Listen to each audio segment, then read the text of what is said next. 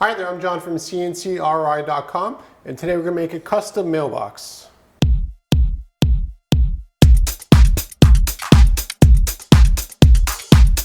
As my company is in the middle of a whole bunch of different big projects, the only spot I could sort of film this entire video was actually in the front of the shop that just shows some of the live edge that we have here for our customers and we build furniture out of.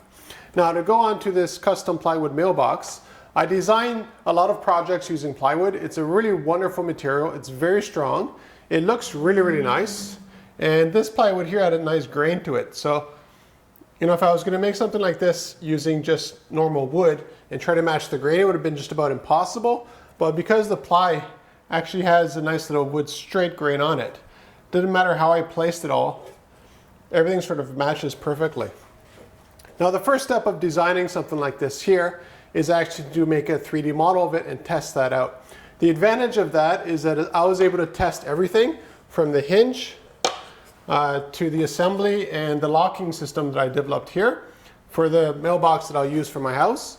And the nice thing about that is all that testing was virtual. So I didn't have to cut or test any plywood before actually everything was tested, and then I cut it out.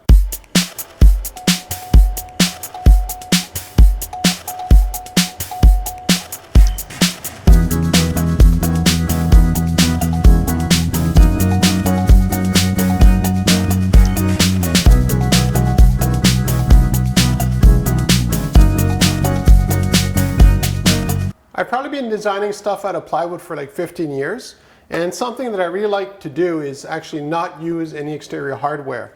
It's just one of my pet peeves, because whenever you add screws and nails and stuff like that to a model, you start introducing weaknesses. And unless you do it properly, you start causing other problems that sort of cascade into the model. In this case here, you can see the front opens very easily. It's plenty strong. And there's actually, the hinge is part of the design itself. So here I just used 6mm or 1/4 inch plywood, and I made myself a little hole here and here, and the way I built it to work together is you just push the two sides together and that locks the hinge in. And the nice thing about that approach is that whenever I want to change this, or if something happens to it, it's very easy to replace. I'm not dealing with screws, because screws that go in, you know, 1/4 inch into material aren't very strong to begin with, and this is a lot stronger than otherwise. Now, another feature of the design is the back, and you can see that there's actually 2 pieces of wood there. The reason for 2 pieces of wood, one, it locks in right into the base of it here, so that makes the whole structure very strong. But more importantly, when I screw this onto the wall, I'm actually having, you know, 1/4 inch times 2 material, so roughly it'd be 1/2 inch. So I'd have 1/2 inch material to push the screw into the wall to make it very strong, while just having 6mm of material isn't very strong to be holding stuff, especially if it's the mailman throwing mail into it. The other nice feature was the side locking system. So you see 3 pieces of plywood here, and what that is this piece here slides this way, this piece slides this way, and then this one slides right in, and it actually sandwiches it, so it locks everything into place. So although I did use some glue when I assembled this, just out of habit more than anything else, I didn't have to use glue whatsoever for this entire model, and that's pretty cool.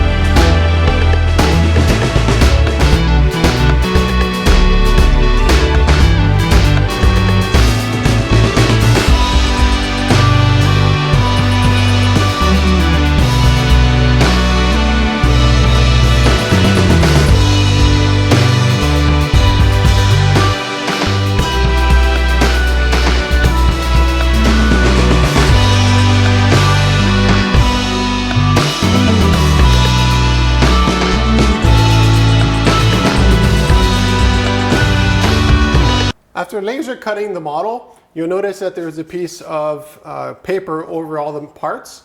And the reason for that is because there's quite a bit of smoke produced when you cut plywood. And that way all of the smoke is on the mask and not on the plywood, because plywood is very hard to sand properly. There's not a lot of thickness to that ply. It's not like working with live edge where you can literally just sand all the way through and it looks great. Doesn't matter what you do. With plywood, there's different plies, and on generally the top and the bottom, it's a very nice ply, but it's a very thin ply. So you don't have a lot of room to maneuver if something happens. Now, what I really liked about this ply here is that it was actually two color, and it just sort of happens to be that way. So you have, might be a little bit hard to see on the video, a little bit of a brownish with a, and there you see, a lot whiter. So this way, if there's mail in here, you'll notice that it's relatively dark, and the mail will just sort of fall in towards the front of the mailbox, and right away you'll see that there's mail, so you're not opening and closing this all the time. And the color contrast also just works great for that feature.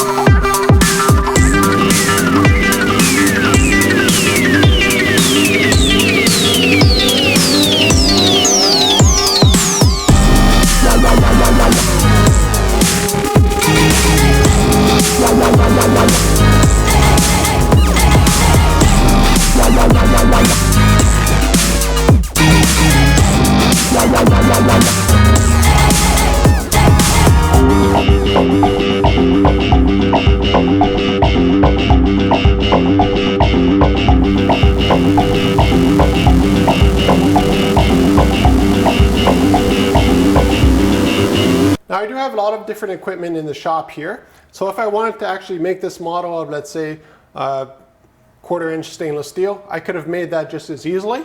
And maybe I will in the future, just to give myself a couple welding projects to do. And the nice thing about the design that I made for this is that I could also do it with a CNC router.